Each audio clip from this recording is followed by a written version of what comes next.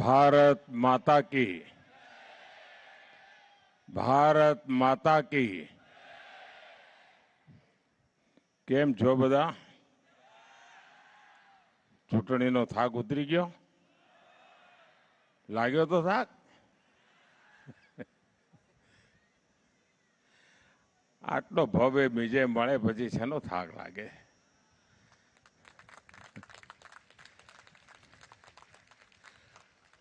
आ वखते गुजराते कमाल करी दीधी छे।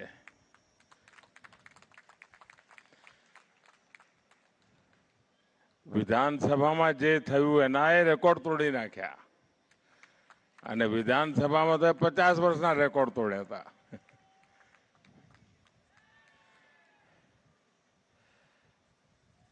साथियों,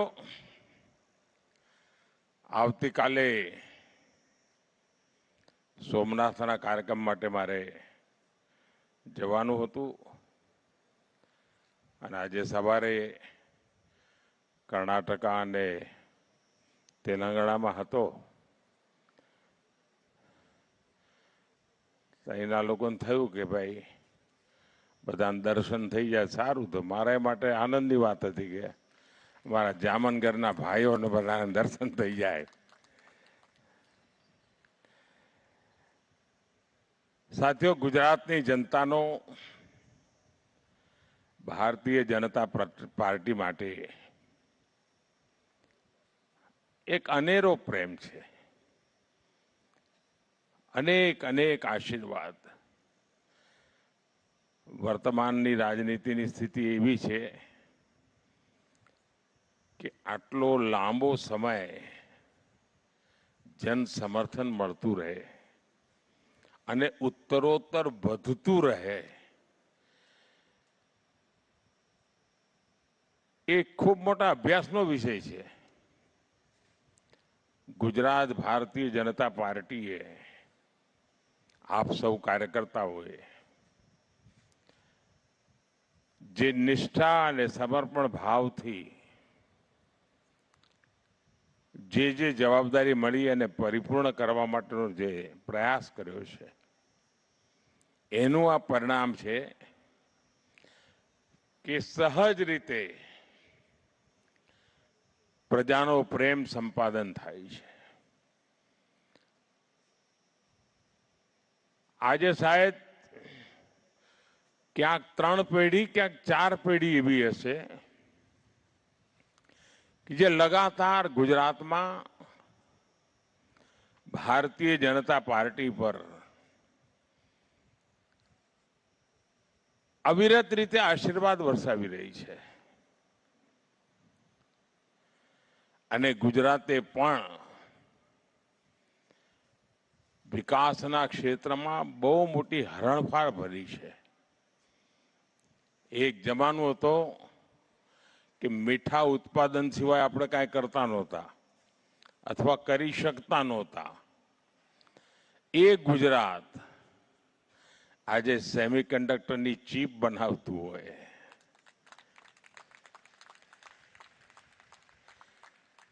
એ ગુજરાત આજે મેટ્રોના કોચીજ બનાવતું હોય, એ ગુજરાત જે આધુનિક રેલવેના एंजीन बनावतु होय, ए गुजरात जे आजे विमान बनावानी तैयारीओं में पड्યું होय। एक एक एक घटना तरफ જોઈએ तो આપણને લાગે કે કેટલા ઝડપથી સર્વાંગીણ વિકાસ તરફ આપણે વળી રહ્યા છીએ અને દુનિયા જ્યારે આજે पर्यावरण की चिंता करे छे। अपना देश में गुजरात पहलू राज्य हतुं जेने क्लाइमेट डिपार्टमेंट मिनिस्ट्री बनावी थी अने दुनिया में अपनी चौथी सरकार थी कि जेने क्लाइमेट मिनिस्ट्री बनावी थी अने त्यारे कोईने कल्पना पण नहोती कि आटली मोटी सौर ऊर्जा, सूर्य शक्ति, रिन्यूएबल एनर्जी एनु गुजरात मोटू केपिटल बनी जशे। અને દેશમાં જે મોટી ક્રાંતિ થઈ રહી છે એમાં ગુજરાતે બહુ મોટી લીડ લીધી છે, ગુજરાતે મોટું કોન્ટ્રીબ્યુશન કર્યું છે. અને આવા ગૌરવભરી ગાથા ગયા 20-25 વર્ષમાં લખાણી છે. ગુજરાતીઓનો પુરુષાર્થ, એને જો અવસર મળે તો કેટલી મોટી ઊંચાઈઓને પ્રાપ્ત કરી શકે છે એનું આ ઉદાહરણ છે. અને એના જ કારણે ગુજરાતની આવનારી પેઢીઓ છે એ પણ આટલો જ પ્રેમ ગુજરાત ભાજપ માટે વરસાવશે એવી મને શ્રદ્ધા છે.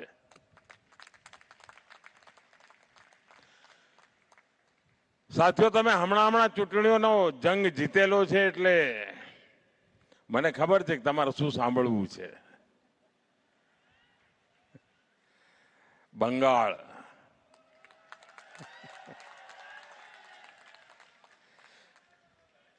સાથીઓ, ચૂંટણીઓ તો કેટલીય લડ્યા અને કેટલીય ચૂંટણીઓ જીત્યા. જય પરાજય તો ચાલ્યા કરતો હોય, પણ પહેલી વાર હું જોયું છે કે બંગાળની ચૂંટણીઓ સમગ્ર દેશમાં જાણે, હું નથી માનતો કે દેશના ઘણા ખૂણા કોઈ લોકોને બંગાળની દુર્દશાની તકલીફ પડી હશે, પણ દૂર દૂર હજારો માઇલ દૂર બેઠેલા વ્યક્તિને પણ બંગાળમાં પરિવર્તન આવ્યું એટલે હાશકારો થયો. એટલે પીડા કેટલી ભયંકર થઈ હશે ત્યાંના લોકોને કે જેનો હાશકારો ગુજરાતનો માનવી અનુભવે. આનાથી મોટું બીજું શું હોઈ શકે?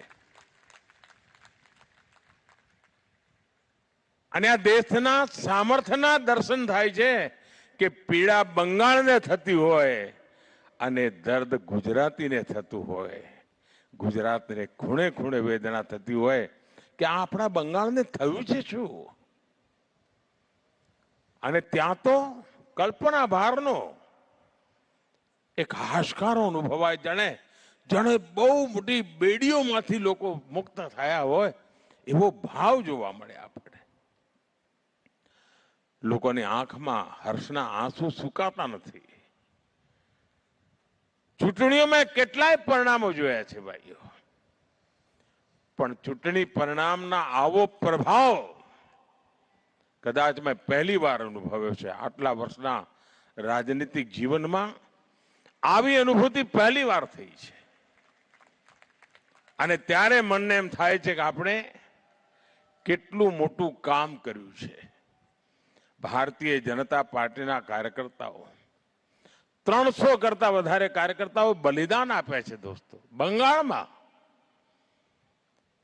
અને ત્યારે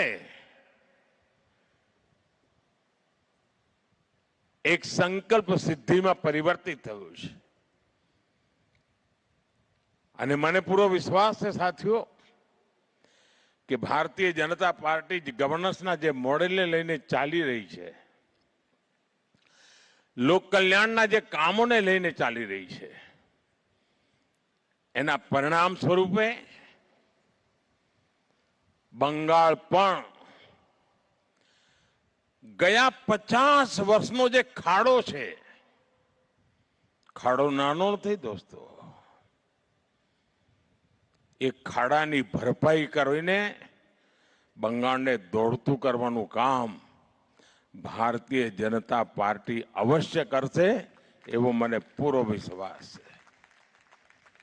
સાથીઓ, દેશમાંથી સ્વાભાવિક રીતે આવડી ઘટના બને એટલે લોકોનો ગૌરવ અને આનંદનો ભાવ તો જગે, પણ દુનિયામાં બંગાળની વિધાનસભાની ચૂંટણીના પરિણામોની ચર્ચા સમગ્ર વિશ્વમાં થઈ રહી છે. દુનિયાના ગણમાન્ય લોકો એની નોંધ લઈ રહ્યા છે.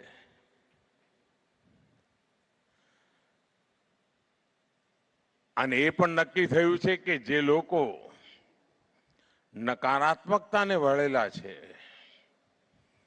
જેમની પાસે દેશને આપવા માટે કોઈ વિઝન નથી, છાસવારે નવી નવી ગાળો શોધી કાઢવી અને બોલ્યા કરવું. યુગ બદલાઈ ચૂક્યો છે. દેશની યુવા પેઢી પોતાના ભવિષ્યને જોઈ શકે છે,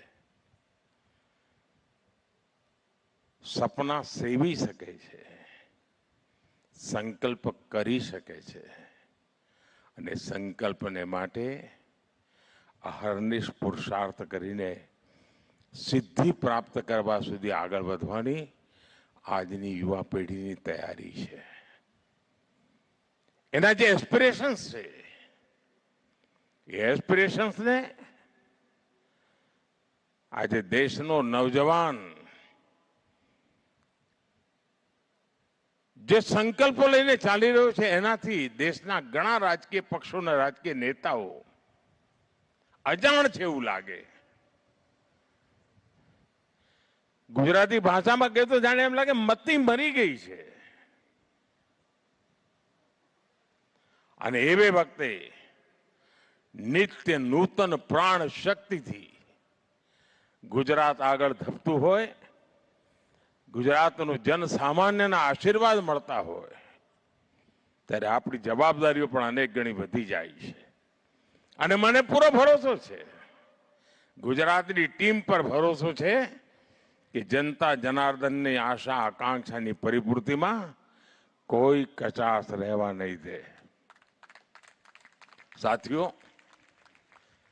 આવતીકાલે સોમનાથ, થોડા સમય પહેલા પણ હું સોમનાથ આવ્યો હતો. સોમનાથના વિનાશના 1000 વર્ષ એ વેદનાને ફરી એકવાર યાદ કરવાની જરૂર હતી અને વેદનાની અંદર સમાયેલી વીરતાને પણ યાદ કરવાની હતી કે કેટલી વાર સોમનાથ તોડ્યું.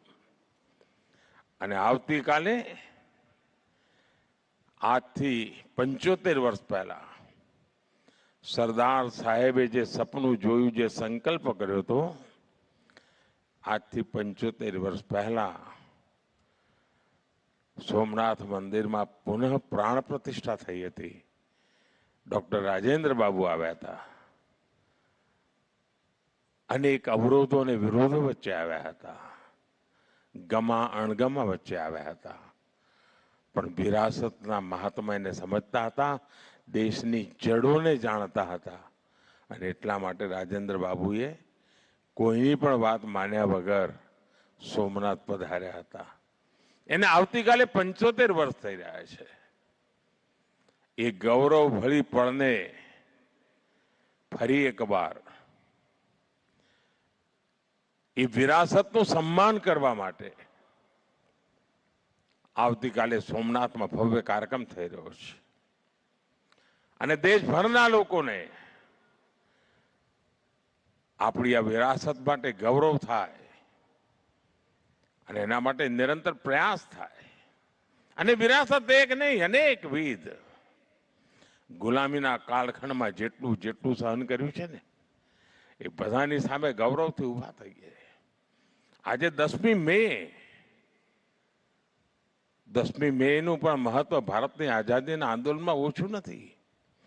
1857ની પહેલી ક્રાંતિ, સ્વાતંત્ર્ય સંગ્રામનું યુગલ 1857માં 10મી મેના દિવસે, અને એવી પળે જામનગરની ધરતી પર તમને બધાને મળવાનું થાય ત્યારે સ્વાભાવિક ગૌરવ થાય છે. દોસ્તો, આટલી મોડી રાત્રે પણ આપ સૌ આટલી મોટી સંખ્યામાં આવ્યા. હું જોઉં છું કે છેડે સુધી લોકો જ લોકો છે. આટલી મોટી સંખ્યામાં આપ આવ્યા, હું આપનો ખૂબ ખૂબ આભાર માનું છું. મારી સાથે બોલીએ, ભારત માતા કી, ભારત માતા કી, ભારત માતા કી, વંદે વંદે વંદે. ખૂબ ખૂબ ધન્યવાદ મિત્રો.